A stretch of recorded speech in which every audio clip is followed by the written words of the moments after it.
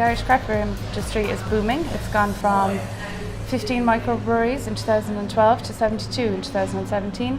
People are looking for an alternative to wine, and there's equally as much pairing notes to go with beer and food as there is wine and food, in my opinion. Yeah, and I suppose like the dining scene is moving more towards a very informal kind of dining in general, and I suppose like the craft beer is a much more casual approach to dining.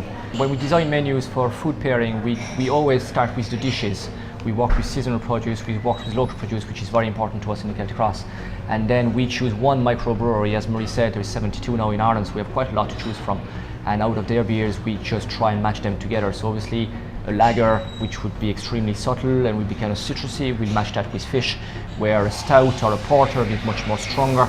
We'll probably match that with something with chocolate or something with beetroot or root vegetables. And something that's very important to us is provenance. People want to know where the food comes from. And obviously there's very little wine being made in Ireland, but we have so many beers actually being created in the country. So it's a great way of actually keeping everything local and in the country at the end of the day. The Irish Craft Beer Pairing Club has a night 4 nights of the year in conjunction with each season change.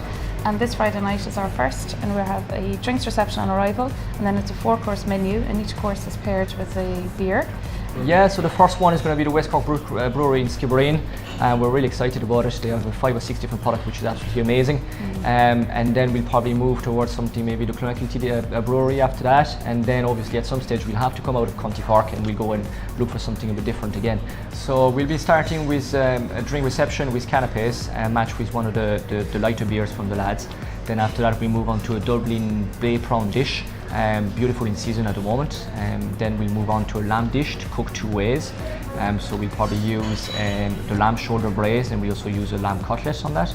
After that then we go on to a cheese dish, which would be represented by the Carberry cheddar, made locally again. And we'll finally finish with a chocolate dessert with a malt ice cream and kind of a millefeuille with it.